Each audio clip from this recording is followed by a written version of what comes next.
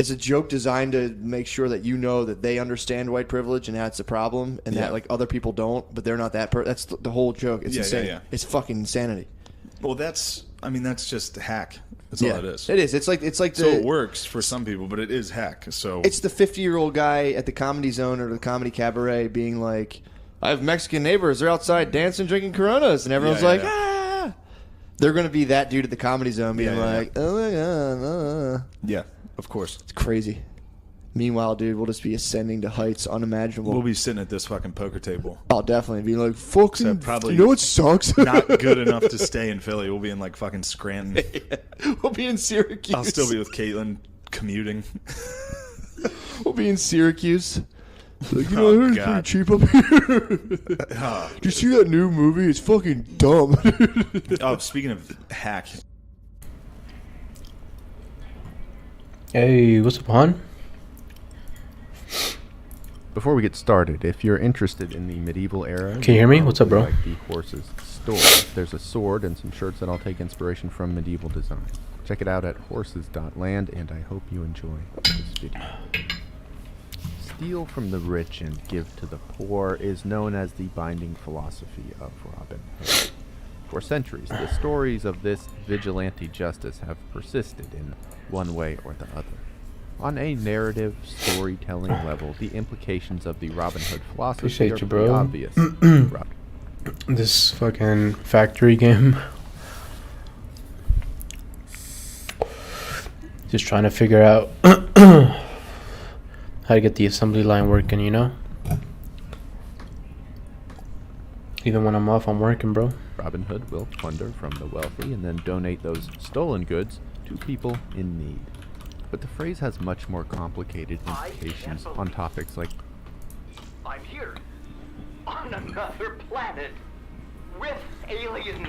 This is amazing, Claudia. Amazing.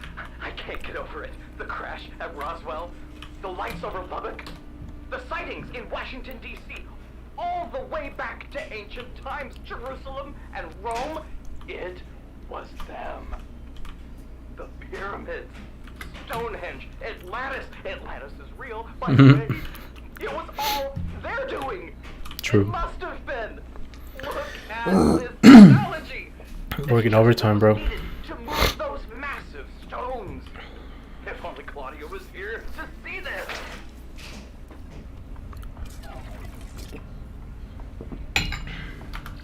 like morality and justice and the fundamental idea of goodness. This is made all the more complex when we actually examine the stories of Robin Hood.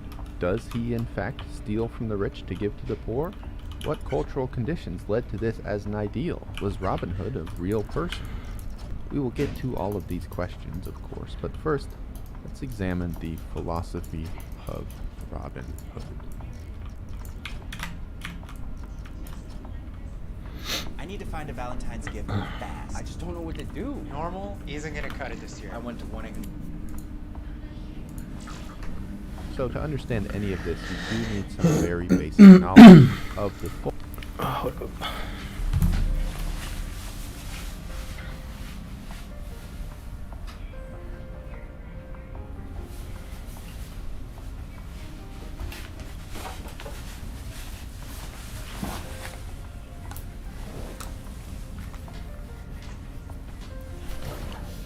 Folklore beyond take from rich, give to poor.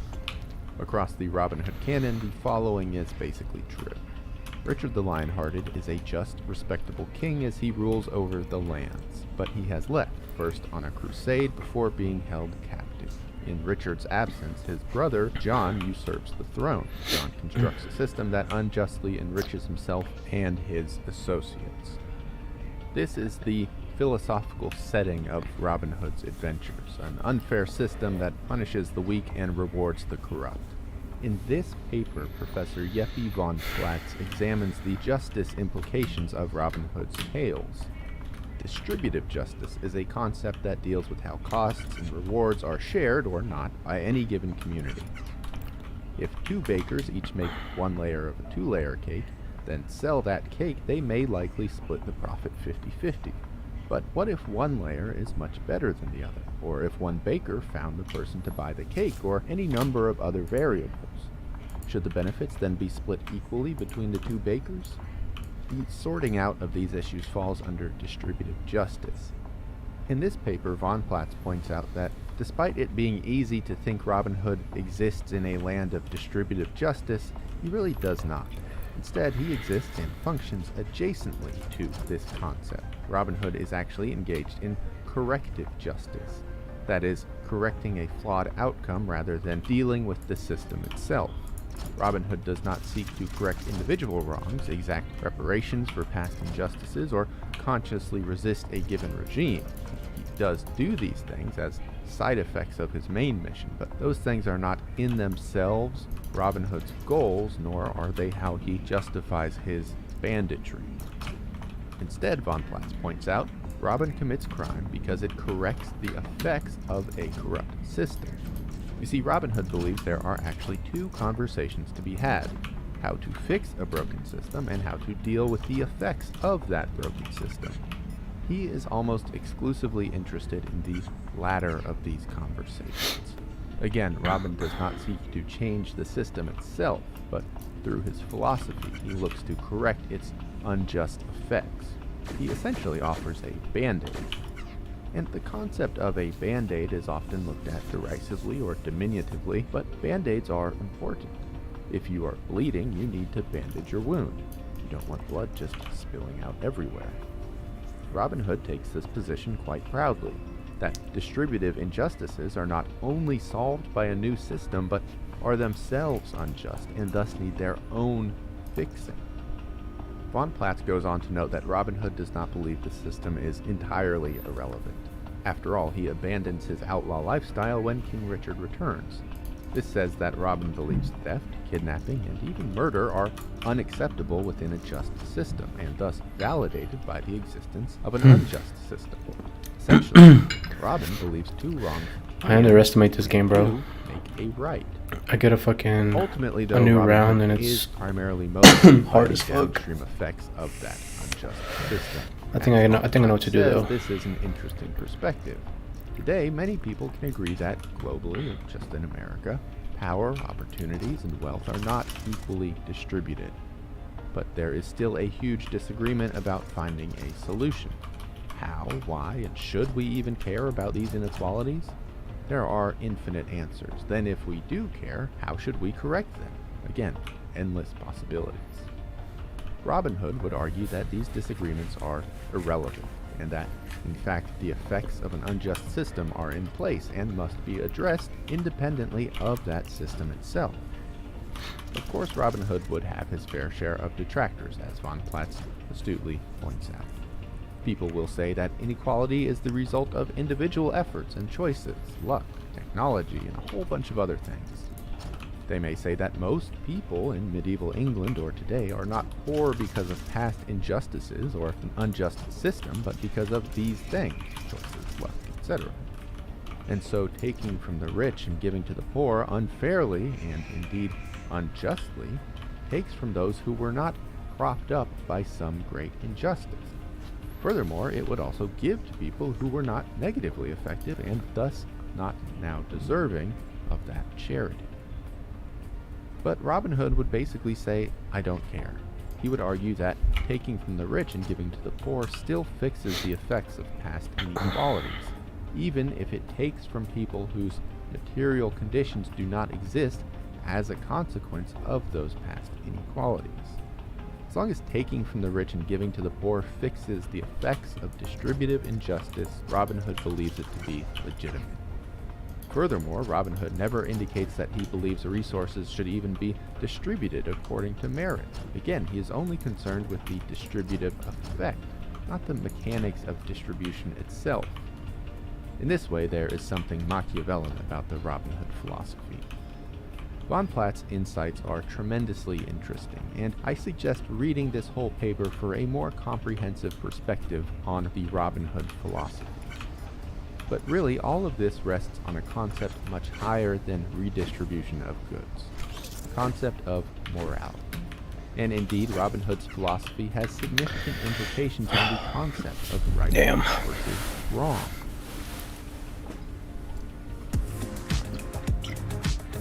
Book a flight. Unlock a hotel deal. Of course, any person who has philosophized about anything has thought about morality. What is right? What is wrong? How do we determine those answers, etc. But I think the most immediately relevant philosophical concept here is utilitarianism. Stephen Nathanson from Northeastern University wrote a wonderfully comprehensive article about utilitarianism as a philosophy. Here I will be leaning on his work and connecting it, where I can, with Robin Hood. The core idea of utilitarianism is that actions are right or wrong based entirely on their end effects, not the actions themselves. Utilitarians argue that we simply should make life better for the largest amount of people possible. The philosophy rejects moral codes that are based on religion or tradition. Instead, morality and justice can be measured by the positive impacts an action has on human or non-human beings. Of course, we can then ask, well, what is good? What is a positive impact? This is a debate that could rage on endlessly, so we do need to draw the line somewhere. For the purposes of this essay, goodness will be things that positively affect an individual's happiness. Robin Hood believes that by stealing from the rich and redistributing those goods to the poor, he can materially and positively impact a greater number of people than if he were to not steal. So, he is a utilitarian. This position is both defensible and arguable, as Nathanson writes in his article. In theory, if everyone acted according to utilitarianism, humanity would maximize its capability for producing positive effects. Everyone does the most good they can, and then humanity as a whole is doing all the good it could ever potentially do. Traditional moral codes identify acts themselves as right or wrong, regardless of context. The Ten Commandments, for example, says thou shalt not kill. The philosopher Immanuel Kant was noted for, among other things, the belief that lying is wrong no matter what.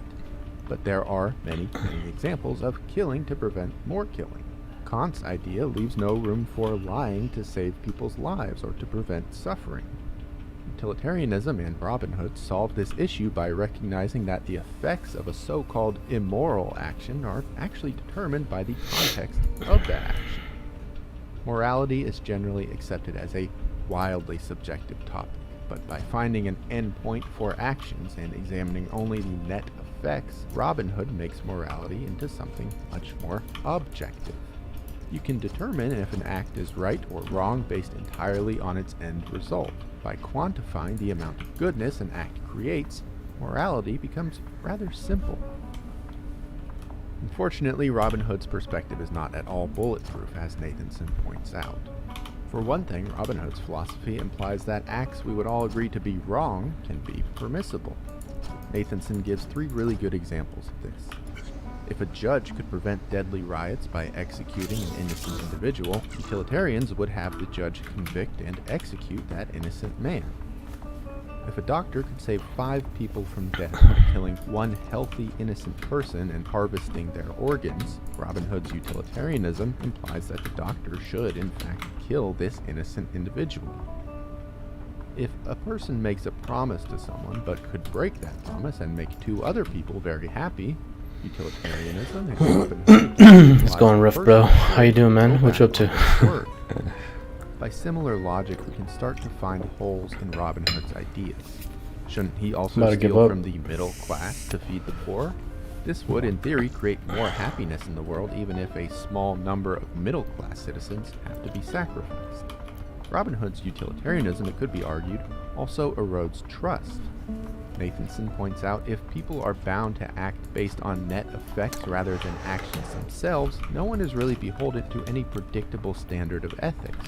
Who knows how a judge will rule in a case? Politicians would also become entirely unpredictable. Suddenly, the moral life can quite easily permit cheating, stealing, and lying. To have a functioning social order in society, Nathanson points out, certainly we need some amount of trust and predictability Nice, bro. in behaviors of one another. That's a good Sunday. Critics of utilitarianism also say the philosophy just puts too much expectation on the individual. If we all truly adhered to this moral code, we would have to scrutinize our every action to a degree that is basically unlivable. Should you really buy a new jacket? You could donate that money and create more good in some impoverished nation. Should you really eat when you're just hungry? After all, you could buy food for people who are actually starving.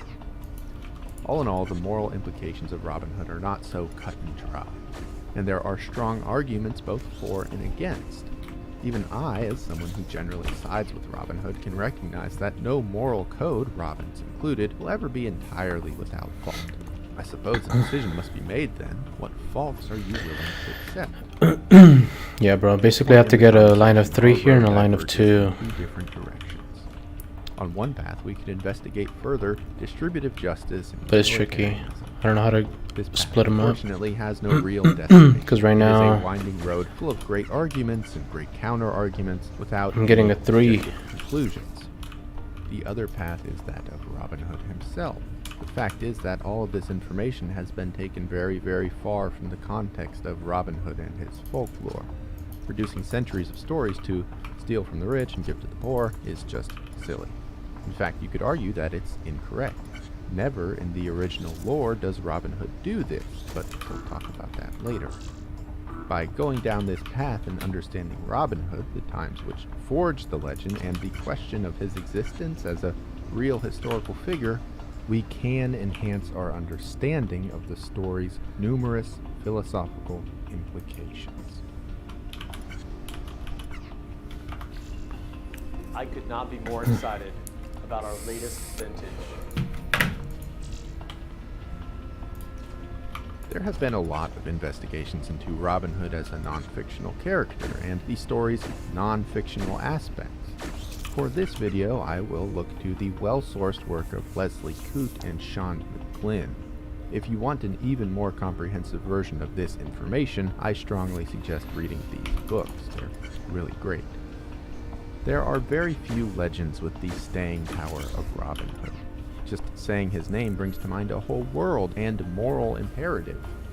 As McGlynn points out, around the globe, numerous other countries have developed their own versions of this English hero. Contia Bill is the Indian Robin Hood. Gaspard de Best The game itself is on Robin Hood of PC. Provence, and Johannes Buckler likewise I don't is know. the Robin Hood of It might be Germany. on console, but I'm But the not most sure. obvious place to start is with the name Robin Hood. It would be, usually, but as McGlynn's research shows, the name Robin Hood is basically meaningless. Medieval England offers us a wide variety of real individuals by the name Robin Hood. At the time, it was a catch-all name, a moniker assigned to anonymous criminals. Think the outlaw version of John Doe. In addition to Robin and Hood, both separately being quite common names, it becomes difficult to trace down any real definite Robin Hood in history who were not just later anointed that title. Further, it's hard to say if the name was assigned to criminals because of the Robin Hood stories, or if the character earned his name because it was assigned to criminals. If we take the name Robin Hood as a single word and surname, though, we do discover something. McGlynn found that between 1265 and 1322, that surname appears in Sussex, London, Hampshire, Suffolk, and Essex. Ironically, though, it does not appear in Nottingham or Yorkshire, both places generally serving as the settings for Robin Hood's tales. Among those individuals with the surname Robin Hood, there is a distinct association with crime. Alexander Robehood was a thief, Robert Robehood likewise. John Ravenhood was a murderer. There are a number of these, and Robert or Robin Hoods who were criminals in 13th/14th century England. But being that the fables of Robin Hood were likely well established by that point, you can't really say that Robin Hood as a character was named after any of these men. In a way, the name Robin Hood tells us very little about Robin Hood. We kind of just come to a murky, confusing, and very inconclusive point in our knowledge. So, failing this, we could look to the depiction, the uniform of Robin Hood as we know him today. But as Coote points out, his iconic appearance was actually co-opted. In 15th century England, book printers would basically use whatever image they had lying around to illustrate a story, whether it was appropriate or not for the work. This was the cost-effective way of producing illustrated works. It is in this method that we find our first image of Robin Hood. This image comes from an edition of Chaucer's Canterbury Tales, in a story decidedly not about Robin Hood. Rather, the image is used to depict a countryside servant. It shows an adult male riding a horse, clad in a tunic, riding boots, and a deep-brimmed hat pointed at the back. The hat is held onto his head with a band tied beneath his chin, and the servant carries a bow. He is also wearing a cloak, which the accompanying text tells us is green. At the time, a green cloak was standard attire for foresters and hunters. Coote notes that this same image was later applied as an illustration of Robin Hood in the year 1495, well after the tales themselves originated. Thereafter, a green cloak and a pointed hat fell into the Robin Hood canon as his uniform. So, while academically interesting, Robin Hood's name and appearance actually reveal very little about the fables. And so, we can examine those fables more directly. Free Tax USA to the rescue. Meet Bob. Bob just got his tax forms. It's that time of... Robin Hood tales were likely being told in the 13th and 14th centuries, but one of the first recorded stories comes from around 1450. This story is known as Robin Hood and the Monk. It's a violent story in which Little John and Robin Hood share the role of protagonists. Two friends leave Sherwood Forest en route to Nottingham to attend church. On the journey, they get in an argument over archery skills. Little John storms off back to Sherwood Forest while Robin goes onward to the city. Robin is then recognized by a monk in Nottingham, who attempts to have him arrested. Robin Hood kills 12 of the Sheriff of Nottingham's men before attempting to kill the sheriff himself, but his sword breaks in two on the sheriff's head. The sheriff captures Robin Hood, and word travels back to Little John. After traveling with Robin's men to Nottingham, Little John decapitates the monk who had Robin arrested. John's companion proceeds to sever the head of the monk's child assistant. Little John and Robin's men rescue Robin Hood, and the day is saved. We got one. Points to another early Robin Got this Hood one. tale stemming from the 1470s. In this story, Robin is found by a bounty hunter outside of his camp. The two have an archery competition before fighting in earnest. Robin kills the bounty hunter before mutilating the dead man's face with a knife and decapitating him. Robin takes the severed head and places it on the end of his bow.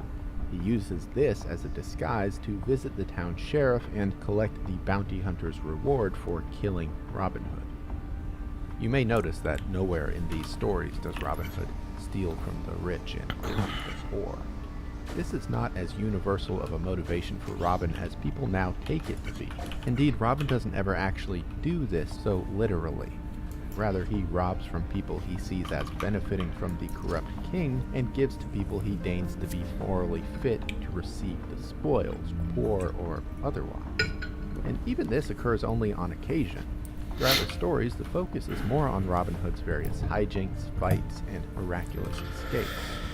But in both of the aforementioned stories, and in most Robin Hood stories, the sheriff serves as Robin's arch enemy. The sheriff is usually the Sheriff of Nottingham, but this presents a problem. Historians like Maclin generally agree that Robin Hood has his origins in oral tradition, dating between the 12th and 14th centuries. But the title, Sheriff of Nottingham, did not exist until the mid-15th century. So it seems likely that when the role of sheriff was established, that person was inserted into the stories. Prior to this, there are a number of candidates who could have played this role, but it's clear throughout the history of Robin Hood, all of these adversaries can basically be seen as one in the same. The foe of Robin Hood is not an individual, but the idea of corrupt taxation and the effects of a corrupt judicial system. Robin's enduring role has been to correct these wrongs. By examining the location of the Robin Hood fables, we can also come to a deeper understanding of the lore and its place in history. It is generally accepted that Robin Hood originates from the northern Midlands and South Yorkshire in England. Furthermore, he clearly comes from some forested or forest-adjacent area. Medieval chroniclers often referred to Silvatici, a sort of outlaw who hides away in forested areas. Robin Hood's activities mean he could be categorized as such. Sherwood is the most famous forested area associated with Robin and his men. Robin Hood's company was said to be about 140 people. Sherwood Forest was simply too small for that population of people to live in and hide. It could be traveled north to south in under a day. Tracking down 140 people and their leader in such a forest would be a truly easy task. Yet Robin Hood continuously, somehow, evaded authorities. Scholars have suggested other locations for the origins of Robin Hood's stories, but these have all been inconclusive. The issues with Robin Hood being truly from some real place reveal another important aspect about his stories. They are fictional. There is no reason to trust any of the ballads, what they say about the forest, or about the location of Robin Hood. These stories did not exist to document any real goings-on. No, their purpose was much grander, and now, centuries later, I would argue, just as important. My boss specifically mentioned that I got the job because of the certificate, and I got a $20,000 raise. It's nice to be... In his book, McGlynn points out that Robin Hood tales were not written to inform.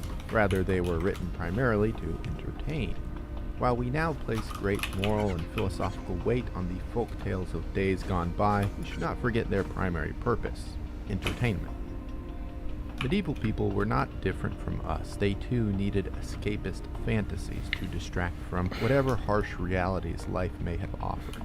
And so the Robin Hood ballads are full of heightened reality, violence, action, comedy, and more often than not, a happy ending. Violence, in particular, was a cornerstone of the Robin Hood tales. Although violence does seem to have an infinite allure for audiences, it usually stems from something in particular. For Robin Hood, this was largely the chivalric nature of the medieval period. Chivalry today is often associated with gentlemanly behavior, but in this context it refers to the chivalric code, an informal code of conduct for knights in the medieval era. Knights were all but superheroes, so this code became a sort of aspirational ideal for the lay.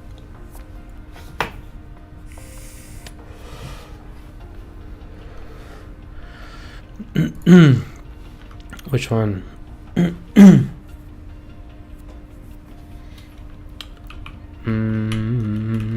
Like this one, move it down here somewhere.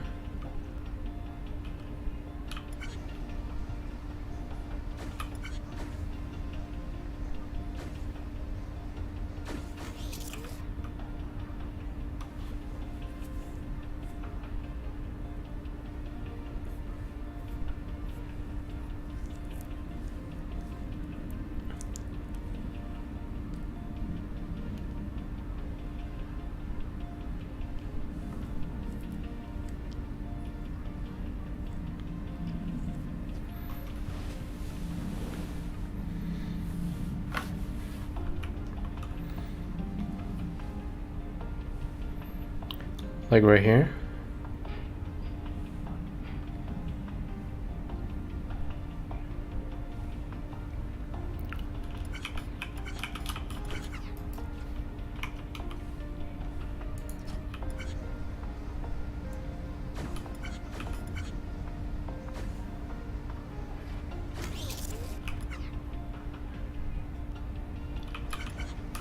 It's pretty close.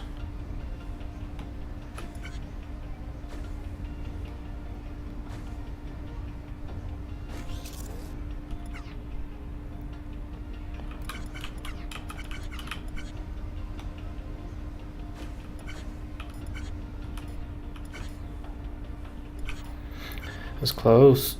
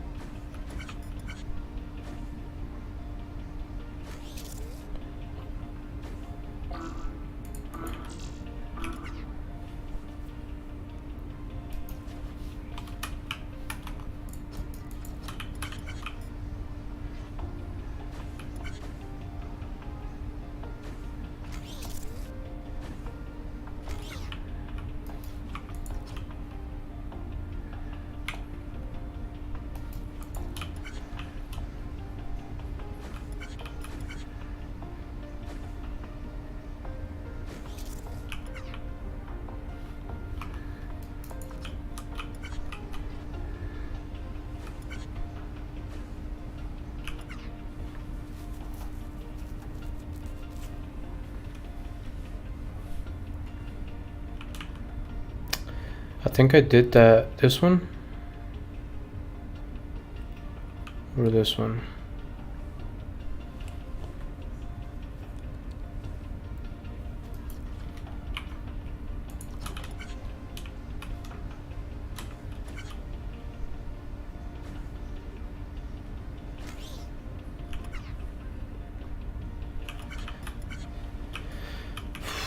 You're onto something, bro.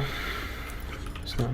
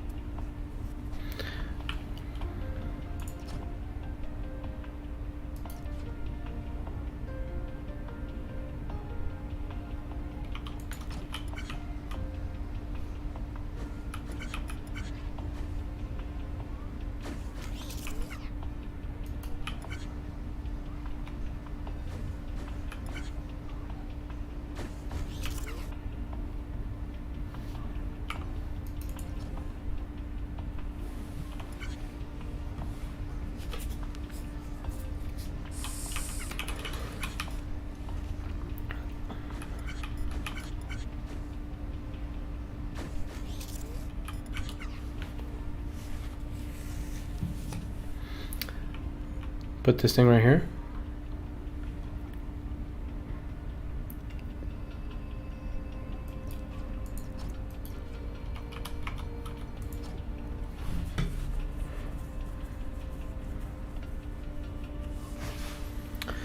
The only thing is that this sensor is what's hitting this at the right time. So if I move it, it's gonna mess it up, I think.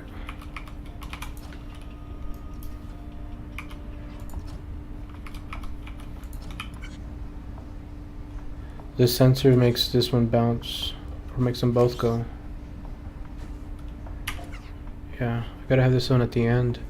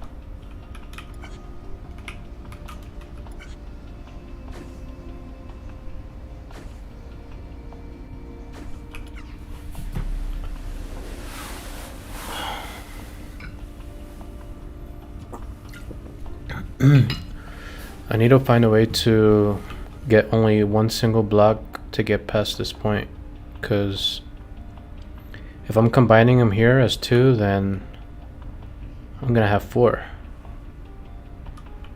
You know what I mean? Because like I have 2, I have blocks of 2.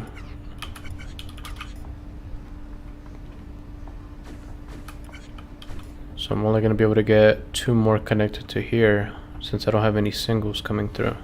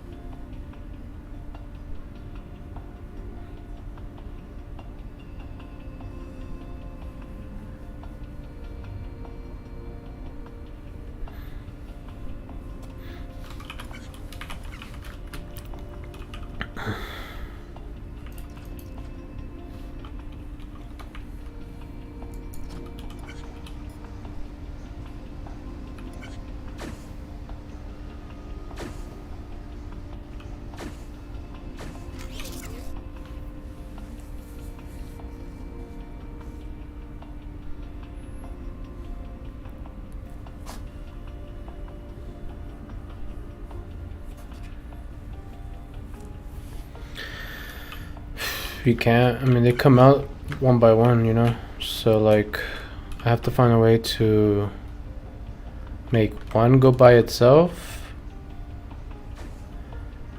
and then get, I don't know, bro.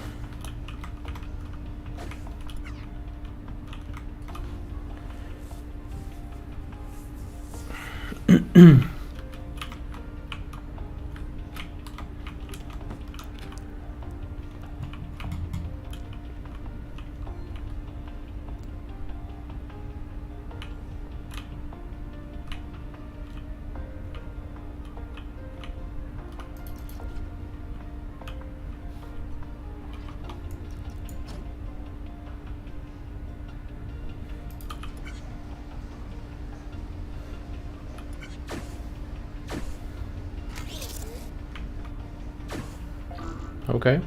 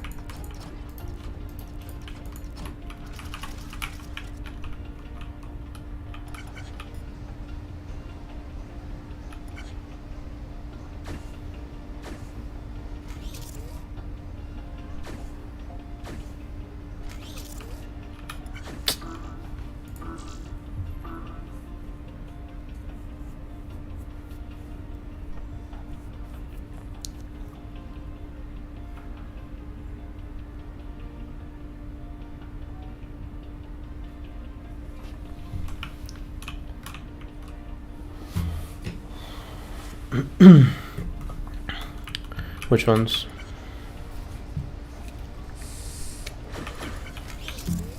Oh, these two? Because they're not lasered together yet.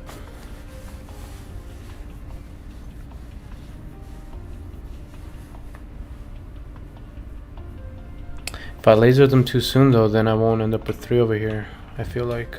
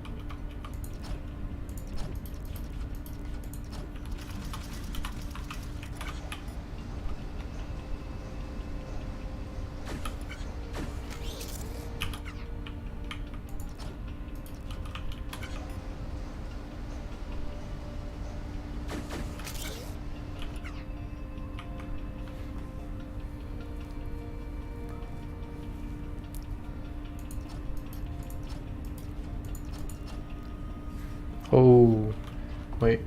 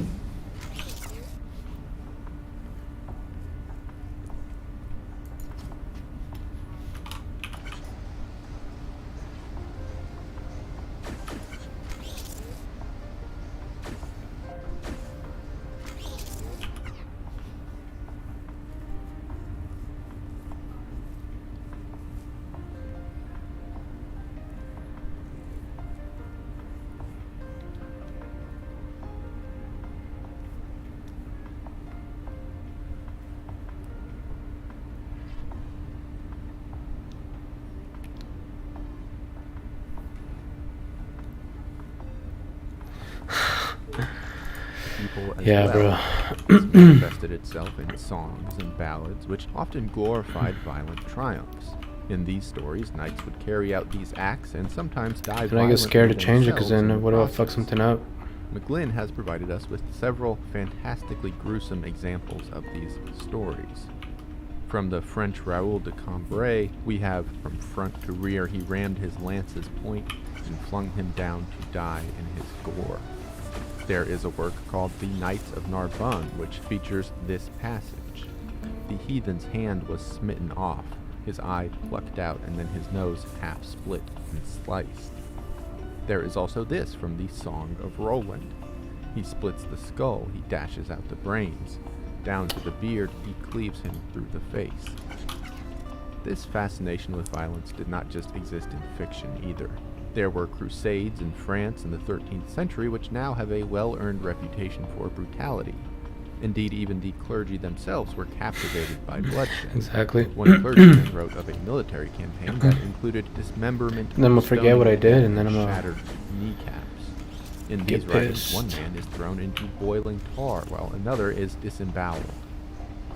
As McGlynn points out, this obsession continued into the 14th century, especially in ballads and poems.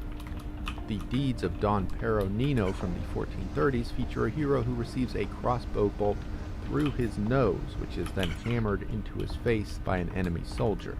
The writing describes another man's head getting split in half, quote, down to the eyes. Famed storyteller Bertrand de Born was obsessed with this violence in his work, lamenting once that the springtime brought too much peace and that he hoped for bloodshed in the fall so he could, quote, see the dead with lances piercing their sides.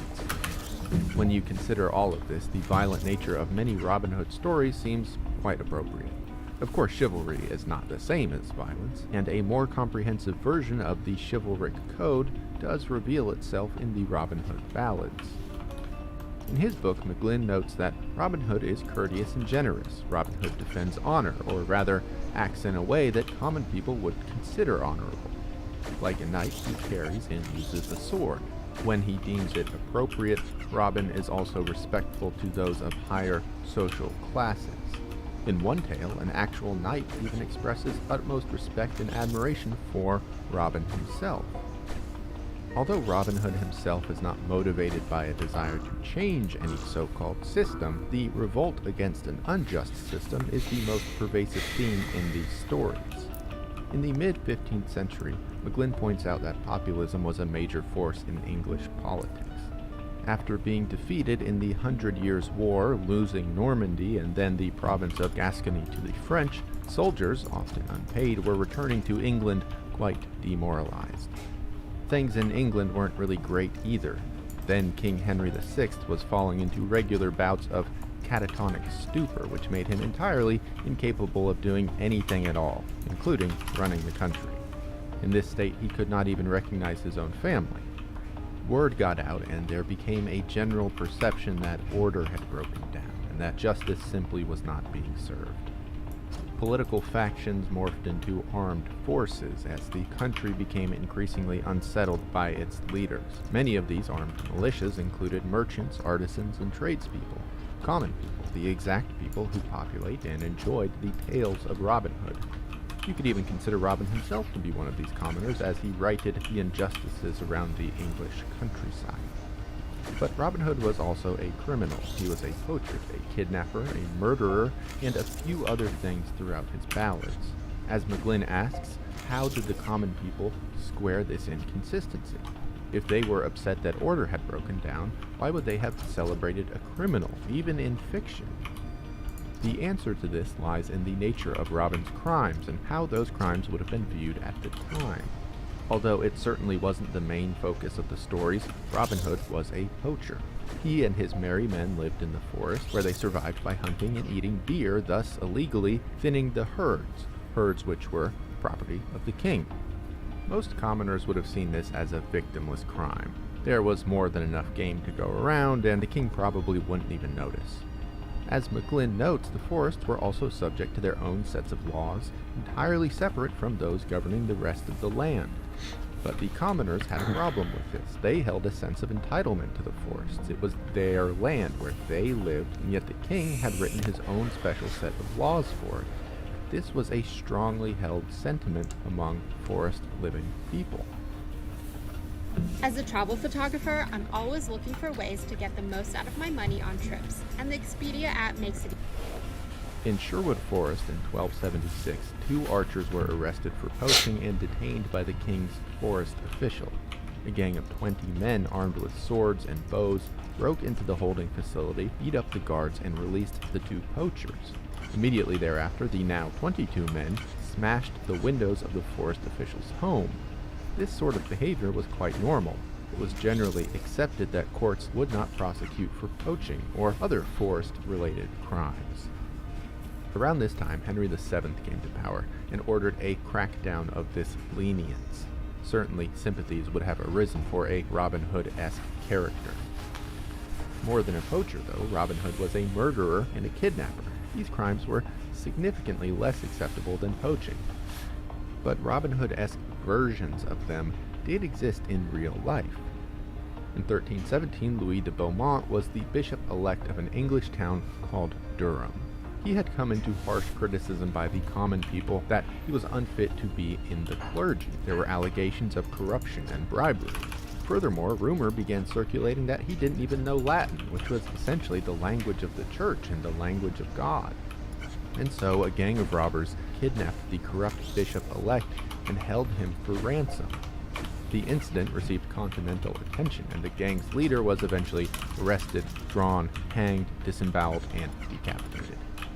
It's really not hard to imagine how common people would have reacted to that punishment. Although not honorable, kidnapping, murder, and ransom were common. Let's go. Oh shit. There were a number of famous criminal gangs, often operating from forests. Most notable among these, McGlynn points out, were the Folvilles and the Cotterelles. In one early Robin Hood tale, the Folvilles themselves join rank with Robin Hood and his merry men. These gangs were made up of common thieves and criminals. Let's They fucking were far go. from mastermind criminal operations. Among their long list of eventual crimes, there were It just theft of sucked. wine, hostage-taking, robbery of livestock, stealing from a church, and a number of other petty thefts. Historians today know that both of these gangs received help from locals, but McGinn notes it's unclear through what means they procured this aid. Could have been intimidation, admiration, or some combination of the two. Even though these gangs were hardly honorable, I think it's possible that people of old could have romanticized them in some way. I mean, certainly today, people do the same with many of our modern criminals. Just look at any number of successful pieces of media. In the Tales of Robin Hood, Friar Tuck is a former monk who lives on the edge of Sherwood Forest and regularly assists Taking a break. Robin Hood in his criminal work. In the 15th century, a clergy member is recorded as being an evildoer who poached game, robbed homes, and threatened to murder a number of government officials. These records refer to this man three Shit times works out your by the brain, name bro. of Frere Tuke, as McClure points Feel out. smarter.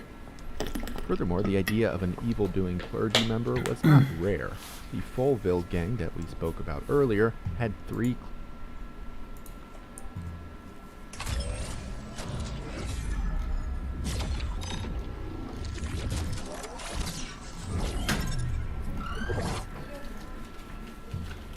Nice. How is it? So good? Alright. Not like the most buttery, but I did add some salt. Think so? It cures the craving of like needing to snack on something. Yeah. Thank you. Are you supposed to drink it?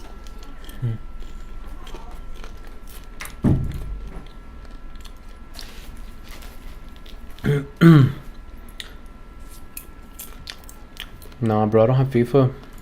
Do you? Do you play FIFA? And is it, I wonder if it's cross-platform.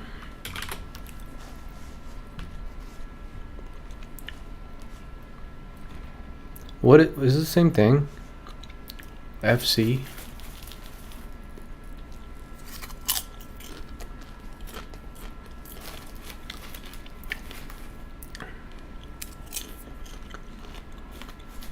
Bro, if it's cross-platform, we should play. But which one do you have? Is it actually FIFA?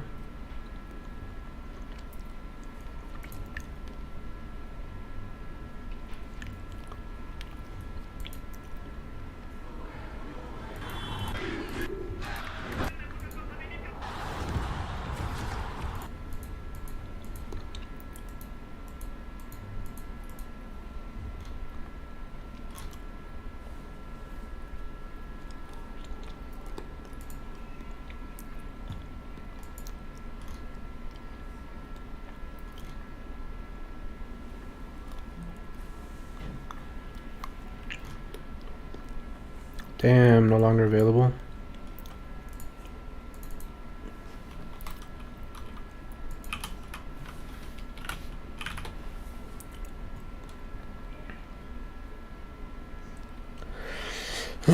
Some bullshit, bro.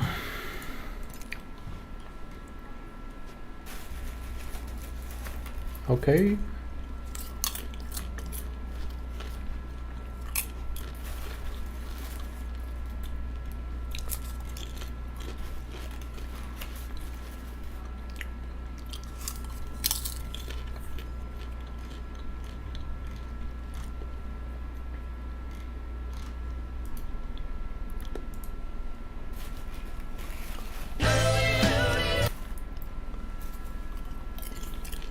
I haven't played 2K in a while. Everyone on the bus and quiet down, okay? Hey, Susan. Hey, thanks for helping me today.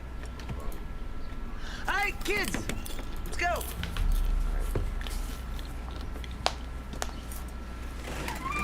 Are we gonna hit that? I don't know. Why don't you go sit down somewhere?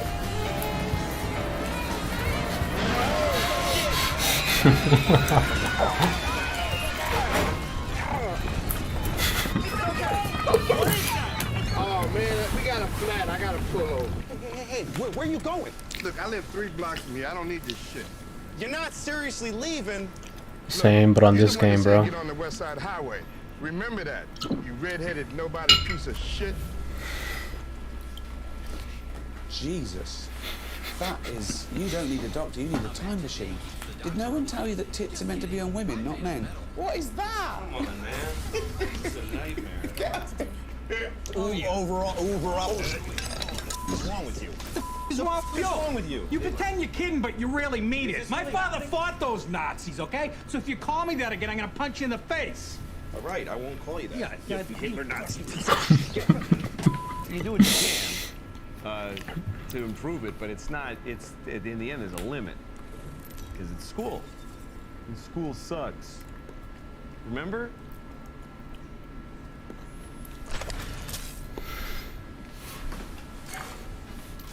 Well, sometimes I just feel like And why do you think that is? I don't know. Do you think it's because it's bad? Correct. I've never gotten laid the way I look in my life. I know that. I've never gained from my looks at all. It's not like, oh, they're going. What am I gonna do now? I've never gained any advantage. I'm the guy that women see and they go, and I'm like, let me just talk to you for a minute. They don't even know what they're doing. Just play something, you know? Well, you, I mean, if you're betting on the Jets, you moron. Let me ask you a question. Do you think the Jets really have a chance of winning? Yeah, I do. I think they have a chance. Who told you that? Mike. Can I have a glass of water, please? Yeah.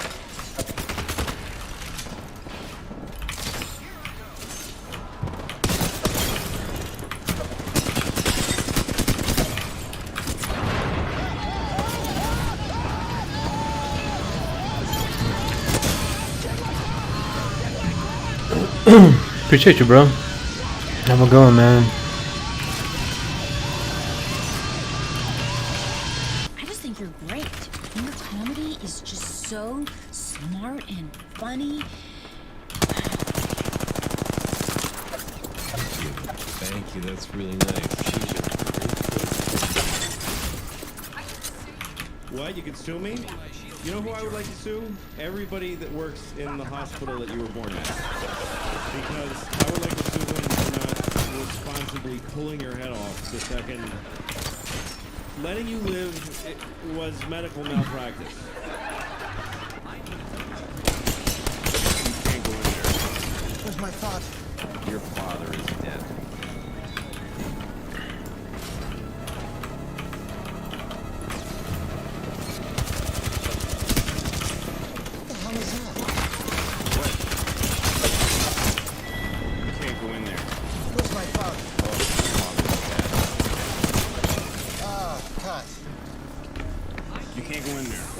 He's dead. Well, oh. I forgot to say it was your father. Yeah. Your father is dead. That wasn't good, right? No. I really have to imagine that your father's dead? Yeah. I see your father. You can't go in there. Where's my father? Your father's dead.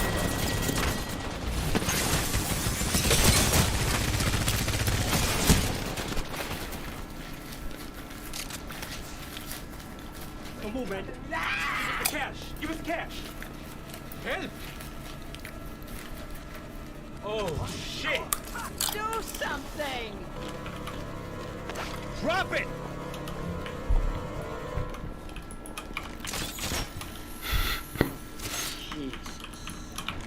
Hey. Love you, Bradley.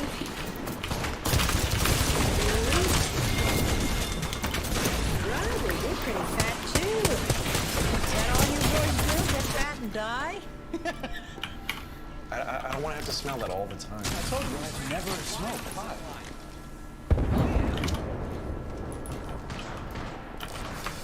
I don't smoke marijuana right now in front of you. Like this.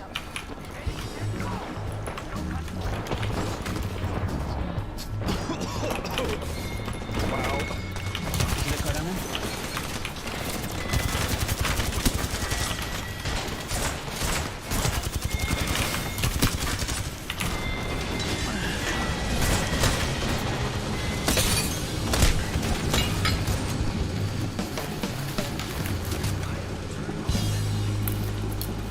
Oh my papa. I caught a Jana Bajana. It's totally Yanada. I know. Una pana, Stephanie.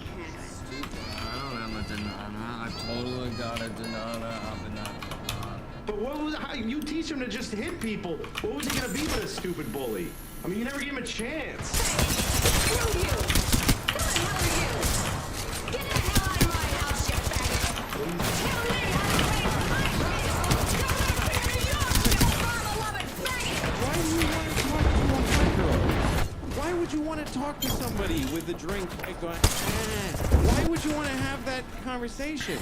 You own a landscaping business. You're incredible. You're an amazing human being.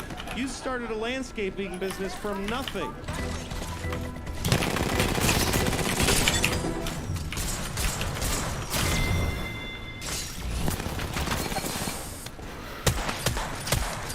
Hello? Hi.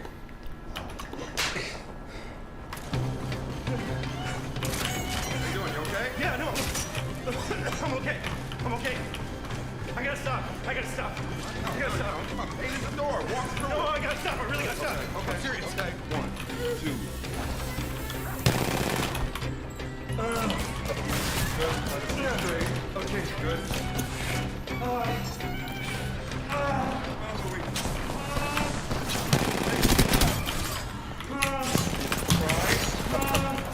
Buddy, try it.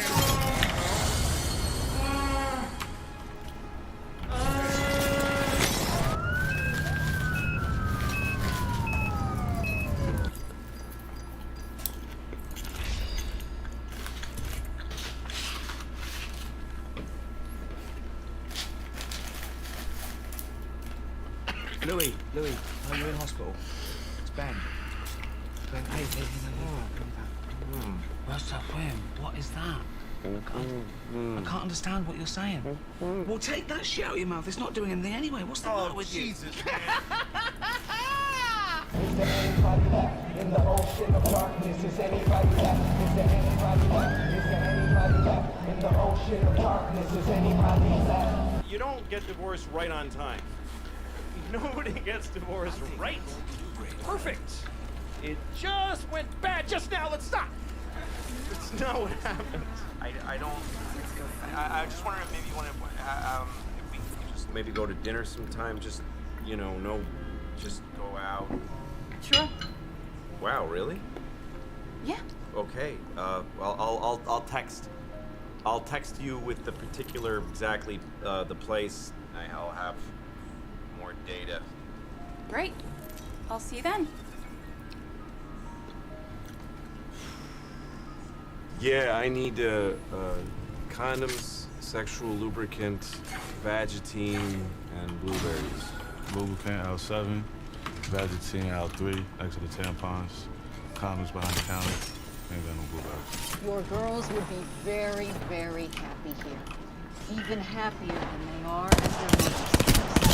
You would be and no one could judge you or say that you were anything but a wonderful, wonderful father. It doesn't make sense that kids get your money if you're gone. It's like when we used to let kings take over for their fathers. That's the craziest rule that ever existed. That if the king dies, they let his kid be the king. What are the odds that he's not gonna be a piece of shit? How do you let that... It goes up, it goes down. I thought I had the lock on hold. Lock on them. And then guess what? Back in the day, Betty what? Lifted off her old dumb tits and trotted them out. Dave. I'm sorry. I am never talking about... I haven't given any, none. You didn't open that on the kitchen table, did you? Nope. Are you lying? Yep. Why do you do that? The opener is right in the drawer. No, the table's right here. Louis! I love you. We're making all the same mistakes. The wife is way too hot for the dude, and the friend who I would never hang out with. Bob, I love you. You're great, but there's no reason for you to be on this show. I mean, honestly, no offense. None taken. Next, we got a very special guest doing a guest spot. Ladies and gentlemen, please welcome Shitty Fat Tits.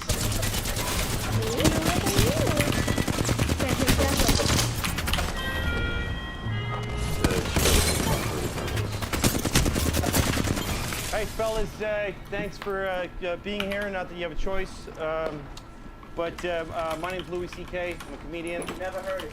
I never heard of you either, dickface. Put a circle on the ground.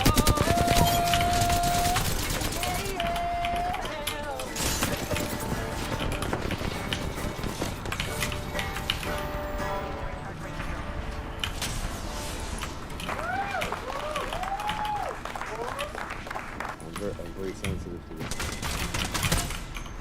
I get very sensitive.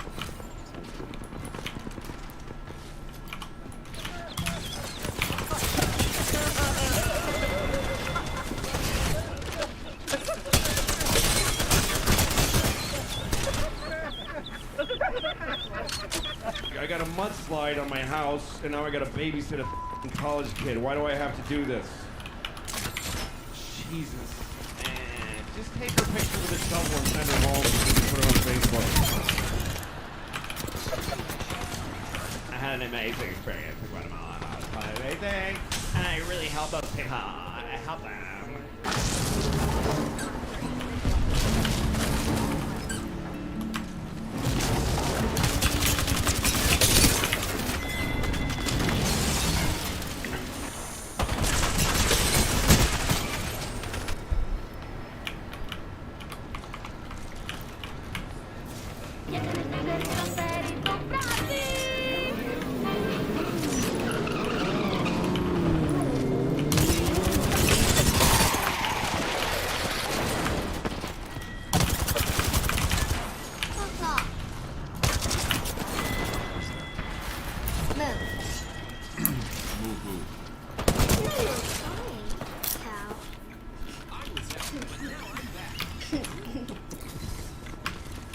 You're gay. That's so stupid. I'm not gay. Girl chain smokes to blow you in her truck. And then you go home and jerk yourself off thinking about a dick. What happened to you? No, you can't. But I already ate it. I know, that's what you asked me to have one, and I said no, so you just ate a strawberry that you can't have.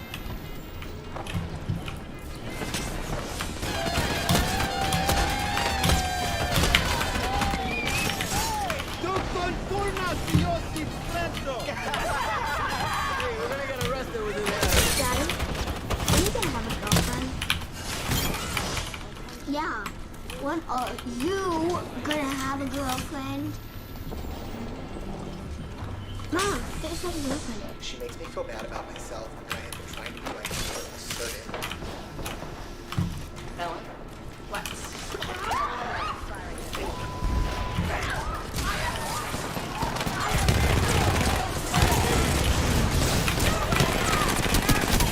Let's get a limo. Let's go to the strip club. The strip club, right? What was the name of the place by the Brooklyn Battery Tunnel? Sweet Charity. Sweet Charity. Every time I came to town, he kept wanting me to go down there with him. Go, hey, Robbie, you gotta come down and check out the tits of the Duke's land brought down. Sweet Charity. Daddy, I really don't want to play with you. I know, but his mom needs our help.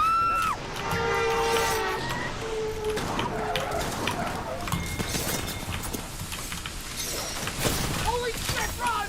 Run! What do you think of the whole clammy damn sheriff thing going down at Well, I wouldn't want to be that guy, you know. He's sounds like he's in a lot of trouble. Oh my god! That's the crap that big guy! Well. Daddy doesn't like me. Nope. No, she does not. Why? Because you eat raw meat and you shit in the tub and you wreck every day. And as long as you act like that, no one's gonna like you. No one's gonna want to be there. Thank you very much.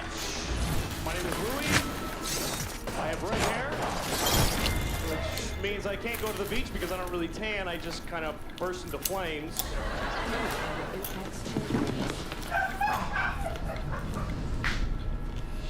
Shit. Yeah, that's us right there. Okay. Is that me? That's not me. Yeah, man, that's you. That's what I look like? Mm-hmm. Shit. Clearly, he acted inappropriately. How would you like to proceed? Do you wish to press charges? He was this kind of man, who has a hunting dog by his side and boots, you know, like this kind of man, you know. You know. Okay. I get it. Your life is gonna end if you don't move now. Jeez. You got a problem? You want to start something? I'll start something. You want to start something here? You want to start something, you Boston ignoramus? You want to start Ignoramus? something? Yeah, ignoramus.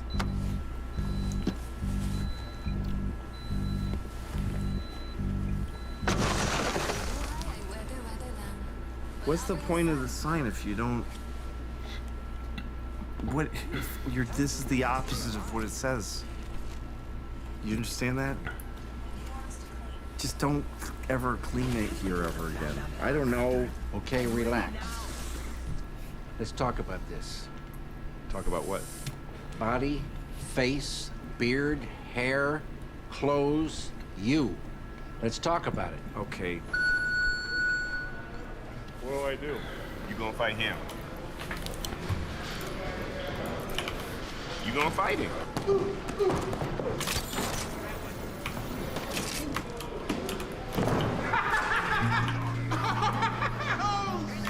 You're just a pencil penis parade. Ooh, I'm...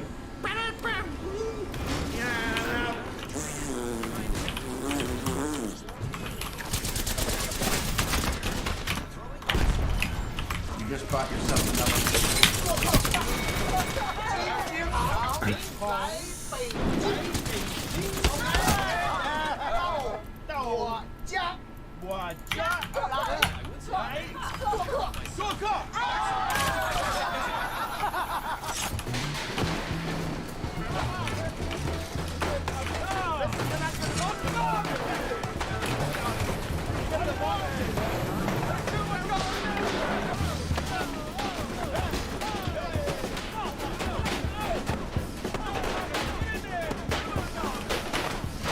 So why is it okay for me to walk out on my... Your kids suck. And you suck at comedy. I hate your kids. I met them. I don't like them. I drew little pictures of them when I saw them, and I ripped the pictures up right in front of their face. No, good night. Daddy, do the Beatles. Please, come on. Hello, I'm John. And I'm Paul. And I'm George. And I'm Ringo. Big wheel. Can I explain? This is... Fellas, give me a chance. Hey, you're asking me something. I'm trying to tell you. Can you work clean? Clean? Yeah, can you not curse? Can you not say dirty, sex, poop, dog, having sex, vagina, dirt?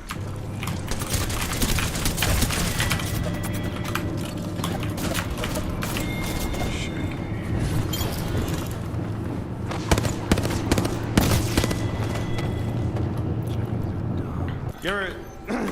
Chickens are dumb, right? Or they don't even... How long have we been eating chickens and they're not a little wary at this point? They haven't risen up? There's been no Martin Luther chicken? I like your hair. Thank you. Thanks. Thank you. Thank you very much. Thank you.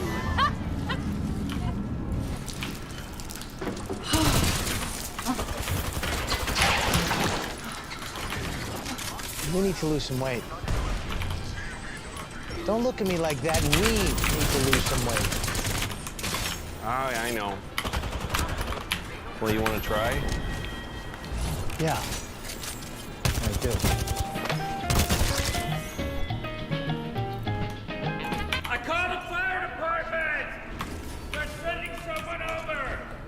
Please don't shout at me! I'm not shouting! I'm talking loud enough so you can hear me in there! Give up that! Give up! Give up! Give up that! Hey, no, Give up! Man! You're on. You know you love somebody when you share your innermost secret racism with them. That's when you really know. When you finally come out and say, all right, this is black guy at work, and actually, you know what? Both black guys at work. Or Well, I'm not gonna let my kids be Hitler Youth. You're not gonna like send them to some academy so you can put a crest on their shoulder that you get to brag about in the aisles of Whole Foods when they grow up not knowing what a person is.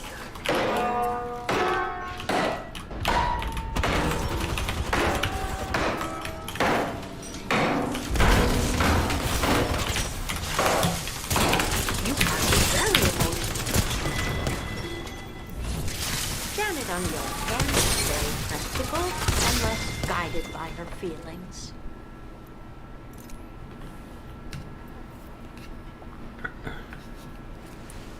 can we leave now while this feels kind of even? Oh, in Hungary, we have a saying. If you didn't screw the cow, she's not your cow.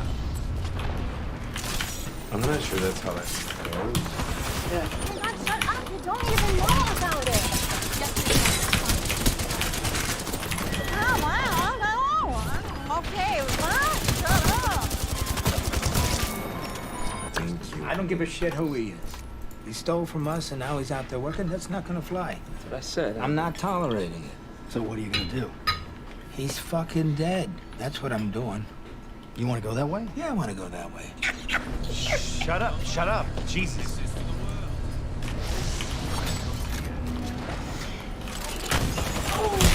So I'll see you at dance? Yeah, if you're going. Good. Okay, good.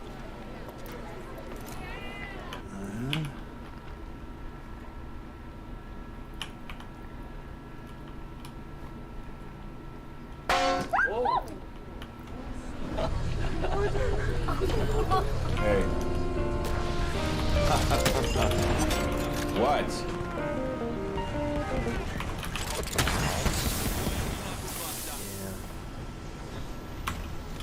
Your head is so bald.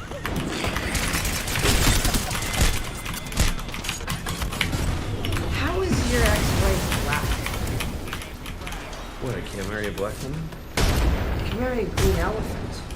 The question is, how the hell is she the mother of those almost translucent white girls of yours? Oh, her mom is black. So what's the suicide rate for Canadians? Like 76% per capita, around there? Actually, clinical depression is a big problem among Canadians. Most of it is caused by anxiety. And his face. What I am saying is, you've been a shitty friend. And hurt me.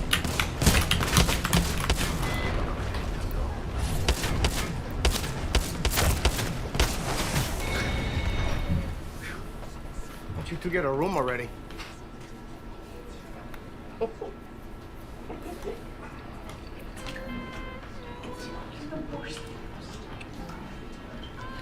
Wow, this is good. Checkers is going to start playing the violin, and maybe they could do it together. Music lessons are in the art room, right? Actually, she doesn't do it at school. She takes private lessons at Juilliard. Oh, well, okay then. I guess she's all Yeah. Better than you. I think I did. Yeah, oh, you do? Oh, you think you gotta go home? Yeah. Oh, okay. Why don't you go home? And while you're there, why don't you do the world a favor and cut off your dick? And then eat it. Please welcome Mr. Mike Bichetti. Give him a hand, please. Let's hear it for Mike Bichetti.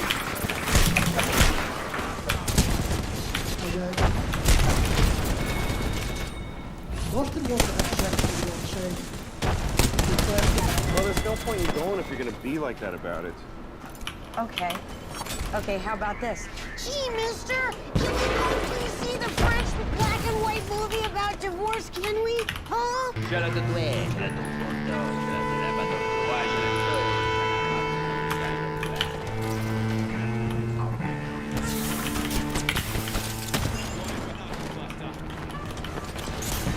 Oh, this doesn't suck at all.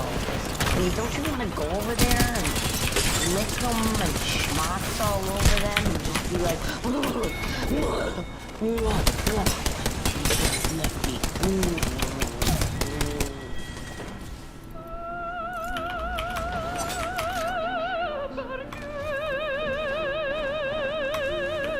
I don't remember the town. It was like, you know, North Carolina.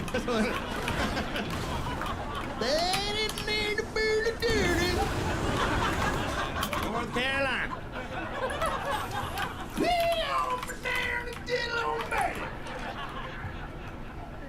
That's in South Carolina, actually.